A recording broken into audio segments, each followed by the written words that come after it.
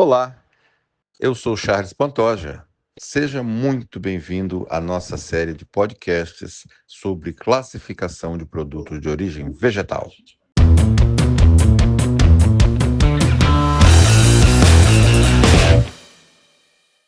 Quando a gente pensa em comida, a primeira imagem que vem à mente é, claro, o campo, a colheita, né?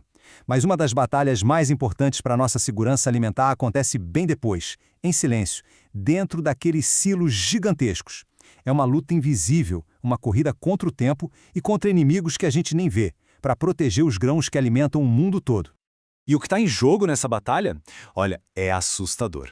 Segundo a Organização das Nações Unidas para a Alimentação e Agricultura, mais ou menos um quarto de toda a comida do mundo está contaminada por fungos tóxicos. Pensa só nisso, 25% de tudo. Isso já dá uma dimensão do tamanho do desafio que a gente vai explorar agora. Então, como é que essa batalha funciona na prática? A gente vai mergulhar fundo nisso. Primeiro, vamos entender o problema. Depois, quem são os culpados. Aí a gente entra na ciência por trás da conservação, nas soluções disponíveis e, por fim, na estratégia mestra que protege a nossa comida. Vamos começar por aqui. Quando se fala em perda pós-colheita, não é só sobre grãos que somem, que desaparecem. É uma batalha muito mais complexa pela qualidade e principalmente pela segurança do que vai chegar na nossa mesa. Para ter uma ideia, em países produtores como o Brasil, a estimativa é que a perda de peso, a perda quantitativa, por causa de pragas, gira em torno de 10%. Parece pouco? Isso se traduz em milhões e milhões de toneladas de alimento que simplesmente evaporam, são consumidos por insetos. Mas a história é mais complicada. Existem dois tipos de perda. A quantitativa é a mais óbvia. É a perda de peso, aquilo que os insetos comeram. Mas a qualitativa, essa é a que deteriora a segurança, o valor nutricional, e é ela que costuma ser a mais perigosa, a mais traiçoeira.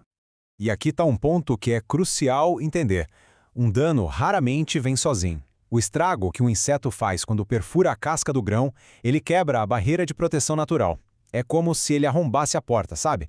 E deixasse o caminho livre para uma invasão secundária muito, mas muito mais perigosa, a dos fungos. Bom, vamos em frente então e conhecer de perto quem são os antagonistas dessa história. As pragas que a gente consegue ver e os assassinos que são totalmente invisíveis, travando uma guerra silenciosa dentro de cada silo. Vamos começar com um dos sabotadores mais temidos, o Rhizopertha dominica.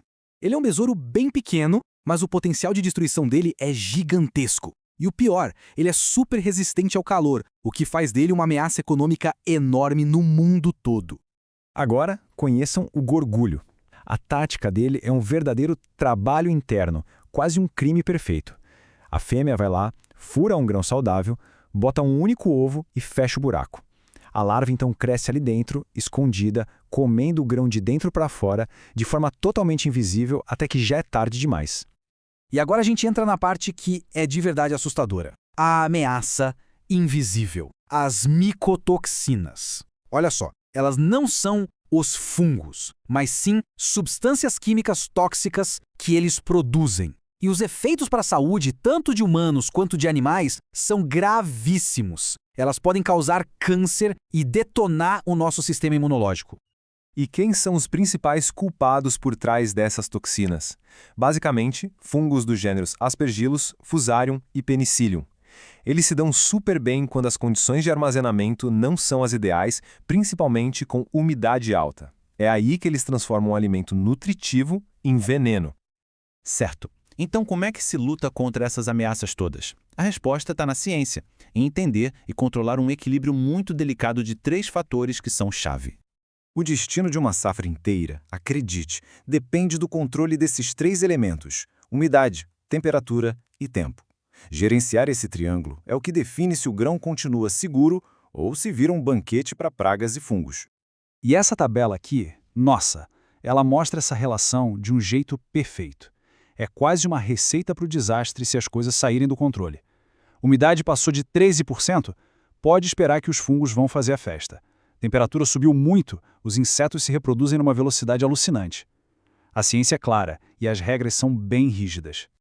Vamos agora para as soluções, porque a ciência, felizmente, nos dá um verdadeiro arsenal de armas para a gente poder gerenciar esse ecossistema dos grãos e neutralizar todas essas ameaças. A estratégia de defesa tem basicamente duas frentes. A primeira é o que a gente chama de controle físico, que é basicamente manipular o ambiente para ele ficar inabitável para as pragas. A segunda é a intervenção química, usada de forma muito precisa e só quando é realmente necessário. E os métodos físicos são muito engenhosos. Dá para usar calor extremo, por exemplo, 62 graus Celsius, e a maioria dos insetos não aguenta nenhum minuto. Ou então, dá para mudar o ar do silo, aumentando o gás carbônico e diminuindo o oxigênio para sufocar as pragas. Tem até o uso de pós inertes, que funcionam como esponjas microscópicas, desidratando os insetos até a morte. E quando o controle químico é o único caminho, a tecnologia moderna entra em campo. Ferramentas como esse monitor de fosfina garantem que o gás seja usado na dose exata, forte o suficiente para acabar com a praga, mas sem nenhum excesso. Hoje em dia, a palavra-chave é precisão, não sair pulverizando às cegas. Agora, ter um arsenal de armas é uma coisa, vencer a guerra é outra. E para isso é preciso uma estratégia completa. É aqui que a governança e uma visão de sistema entram em jogo. E aqui está o ponto crucial. A melhor estratégia não é só reagir ao problema. Ela se baseia em 3 pilares do chamado Manejo Integrado de Pragas, ou MIP. Primeiro, prevenção. Manter tudo impecavelmente limpo. Segundo, monitoramento. Ficar de olho o tempo todo. E terceiro, intervenção. Agir de forma cirúrgica, mas só quando for estritamente necessário. Todo esse sistema do MIP é sustentado por uma estrutura de gestão poderosíssima, chamada APPC, que é a Análise de Perigos e Pontos Críticos de Controle. Esse é o padrão ouro no mundo todo para garantir a segurança dos alimentos. É uma abordagem preventiva, que olha todos os perigos e cria controles para eles não virarem um problema.